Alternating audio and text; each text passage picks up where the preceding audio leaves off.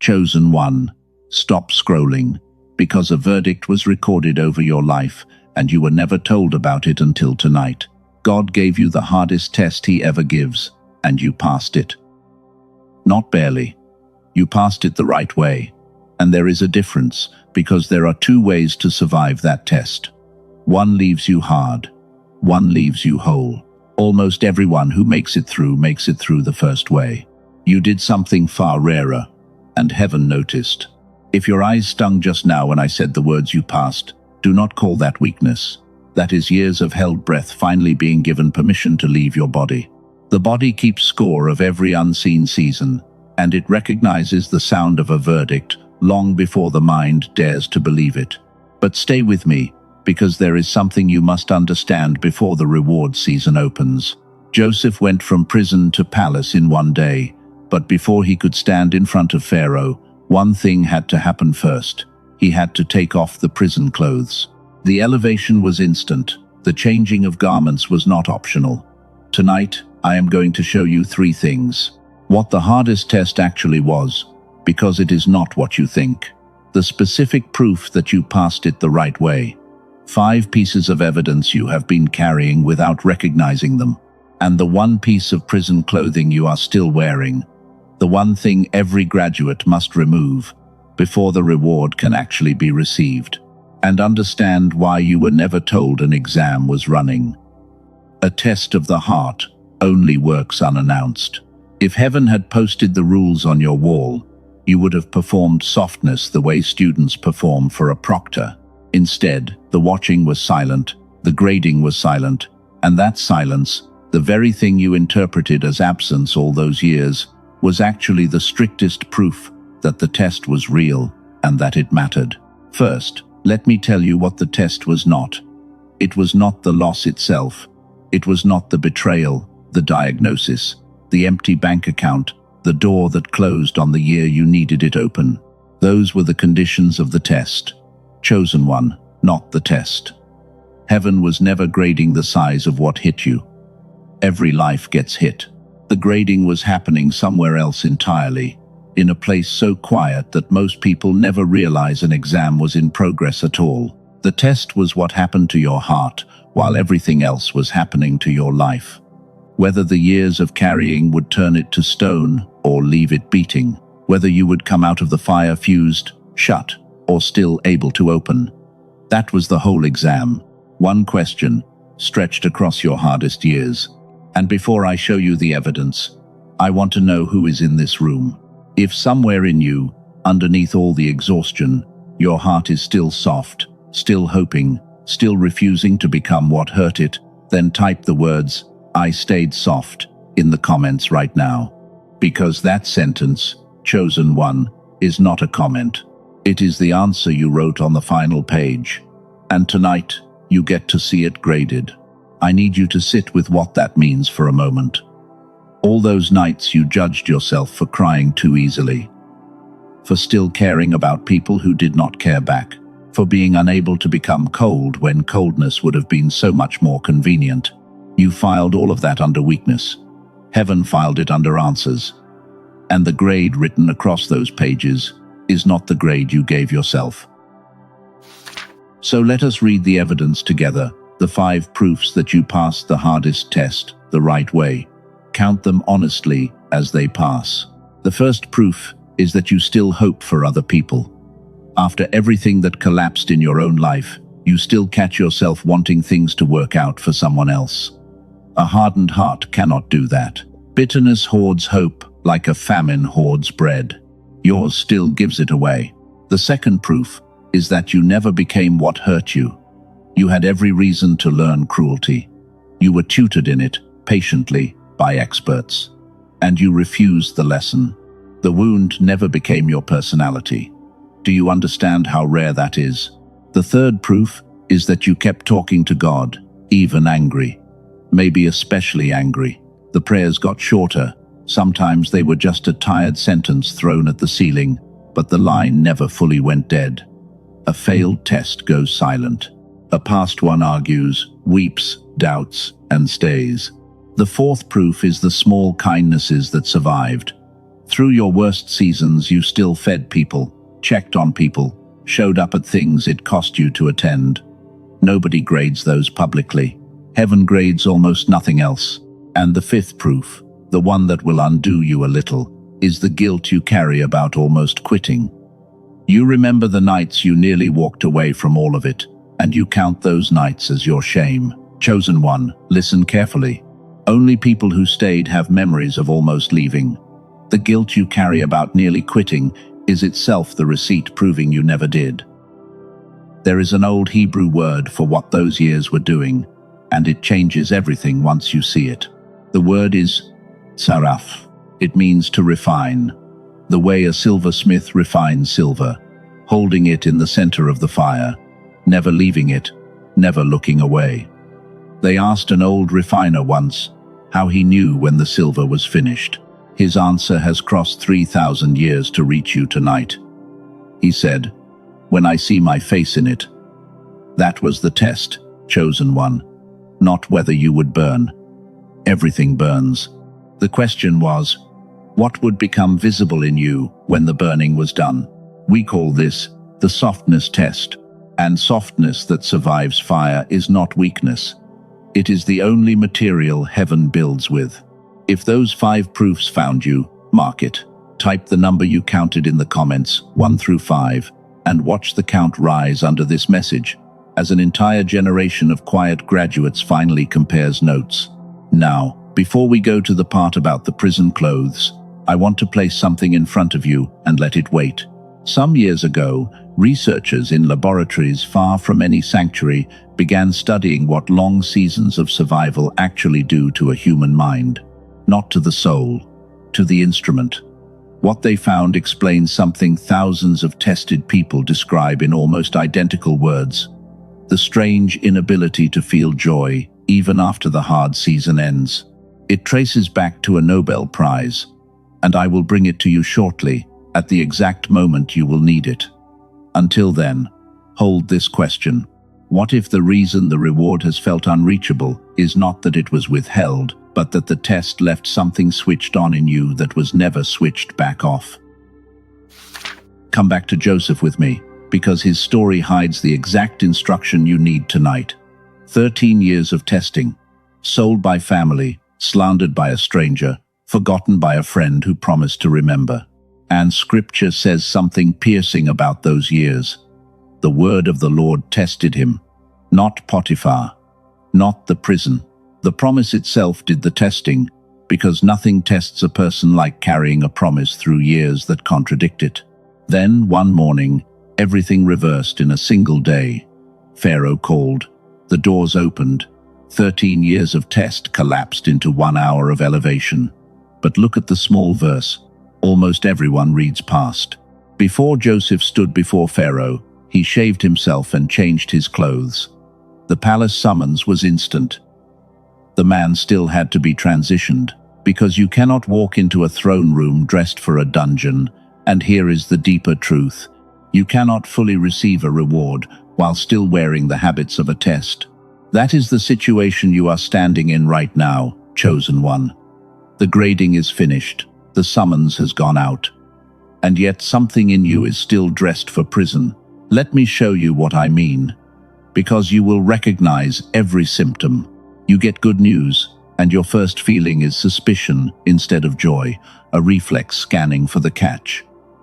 A quiet week arrives, and instead of resting in it, you brace, certain it is the calm before something. Someone offers you help, and your instinct is to refuse it, because the test taught you that depending on anyone is how you get hurt. You finally have a soft evening, and your mind spends it rehearsing old battles or preparing for future ones. Any of that sound familiar? Hear this clearly. None of those reflexes are character flaws. They are test equipment. Vigilance, suspicion, bracing, self-reliance. These were the tools that got you through the fire, and they did their job with honors. But tools that save you in one season, imprison you in the next. There is a name for the two rooms you are moving between: test mode and reward mode. Test mode watches, calculates, defends, and expects the worst so it can survive it. Reward mode opens, receives, rests, and lets good things actually land. The hardest test of all has one final page, and the final page is the switch between those two rooms. And this is where you need to be gentle with yourself, because here is what nobody tells graduates. You cannot simply decide your way out of test mode. You have tried. You told yourself to relax, to trust, to enjoy what is in front of you, and your own mind overruled you within the hour. That is not stubbornness, chosen one. That is machinery. Years of survival do something physical to the instrument you think with, something a decision alone cannot reach. If you have felt that exact frustration, joy that would not stay, rest that would not deepen, mark this moment before we open the laboratory door. Type refined, not ruined in the comments. 3 words over your own fire, because what the flames proved about you deserves to be said out loud, and what they left behind in your wiring is exactly what we solve next. So let me close the loop I left open, the one about the laboratories and the switched-on thing that never switched off, because you now have the full picture. Test passed. Summons issued, and a mind still standing guard at a war that ended. Decades ago, a scientist named Dr. Roger Sperry won the Nobel Prize for proving that the human brain is not one instrument, but 2 working sides. A left hemisphere that calculates, scans for threats, plans escape routes, and keeps accounts, and a right hemisphere that senses, receives, imagines, and rests. In a child, the 2 sides share the load in easy balance. That balance, chosen one, is what a long test destroys. Because think about what your hardest years actually demanded, hour by hour. Constant calculation, constant threat assessment, constant management of worst cases. The calculating side of you worked triple shifts for years, and like any muscle worked without mercy, it grew dominant. Meanwhile, the receiving side, the side built for joy, wonder, rest, and sensing the presence of God, sat in the dark, unneeded by survival. It did not die, it dimmed. And a person with a roaring vigilance engine and a dimmed receiver will stand in the middle of their own reward season and feel nothing but static. That is the prison garment, not a sin to repent of, a setting to restore. And notice how perfectly this explains what you have lived. It is why compliments slide off you, while criticisms stick. It is why you can list every threat in your life, but cannot hold a blessing in your attention for a full minute. The instrument is not broken, chosen one. It is tuned for a war that is over. The restoration question is the one a New York neurologist named Dr. Daniel Barone took up years ago. If the 2 hemispheres were pushed out of balance by repetition, by years of forced calculation, could a precise sound sequence walk them back into step the same way? What his work produced is the discovery I promised to bring you. They call it the Genius Switch, an 8-minute audio session built on neural sync technology, engineered to guide both sides of the brain back into the whole, balanced state you had before the testing years, the state where good things do not just happen near you but actually register in you. I want to be honest with you the way this message has been honest from the first sentence. This is not the reward, and it is not a shortcut past anything sacred. Your reward was measured by God against your own tested years, and no audio on earth had a hand in that. What this restores is the receiving instrument, the part of you the test wore down, so that when the reward arrives, it finds a graduate in fresh garments, instead of a soldier still at his post. More than 18,000 ordinary people have used it, and the way they describe the change sounds less like excitement and more like homecoming. A woman in Manhattan, herself the descendant of generations of people who never got to rest, said the strangest and most beautiful thing after 2 weeks. She said, "I finally stopped waiting for the other shoe to drop, and the quiet started feeling like a gift instead of a warning." That, chosen one, is what taking off prison clothes feels like from the inside. That is test mode, powering down. Now let us talk plainly about receiving it, because I know exactly what test mode is whispering to you right now. It is telling you, This must be expensive, complicated, probably not for people like you. Watch how wrong it is. And notice, that voice doubting is the very reflex we have been naming all night. Colleagues around Dr. Barone said openly that $500 would have been a fair price for what this restores. And honestly, measured against years of joy that could not land, $500 would have been a bargain. The official list was set at $49, but there is one page, the one linked below this message, where it stands today at $39, 10 under list, on that page alone, with a visible note that the number will rise as more people find it. I do not control the price. I can only tell you where it stands while I am speaking to you. And it does not come alone. 4 gifts travel with it. A guided visualization from one of the most loved creators on the Calm app, walking your newly opened mind through money, love, health, and happiness as one unfolding picture. A grocery guide exposing 10 common American foods that keep a mind foggy and braced, with 5 simple swaps that save over $100 a month. A classic manifestation book more than a century old, the quiet root of half the modern teachings you have heard secondhand, and a beautifully designed page of the 5 habits that build an ideal future, made to be printed and hung where your mornings begin. Then the guarantee, and read this with your test-tired eyes wide open. A 100% ironclad money-back promise. Listen every single day, and if the static does not clear, if joy still refuses to land, you ask and every dollar returns to you. No limit on how many times you listened. They hold the entire risk. For once in your long-tested life, chosen one, nothing is being risked by you at all. But the genius switch is not for everyone. It is not for the person still comfortable in their armor, and it is not for the curious collector of someday things. It is for the graduate. The one who counted 3 or more proofs tonight, who recognized the prison clothes hanging on their own shoulders, and who is done letting a finished test spend their unfinished life. If that is not you, let it pass in peace, and keep what this message gave you freely. If it is you, the link is in the description below and in the pinned comment. Open it tonight, while the verdict is still warm on your heart, because graduates who delay their own robing ceremony have a way of drifting back toward the cell, out of habit. One more truth before we seal everything, and it is the hinge of this whole night. The reward was never in question. It was measured, sealed, and scheduled while you were still in the fire. The only variable left is the state of the one receiving it, and for the first time since the testing began, that variable is fully, practically, affordably in your hands. So declare the transition where heaven can witness it. Type I, enter reward mode in the comments. Because Joseph did not sneak into the palace, chosen one. He walked in changed, and so will you. Now come with me into the last room of this message, because verdicts should not just be heard, they should be experienced.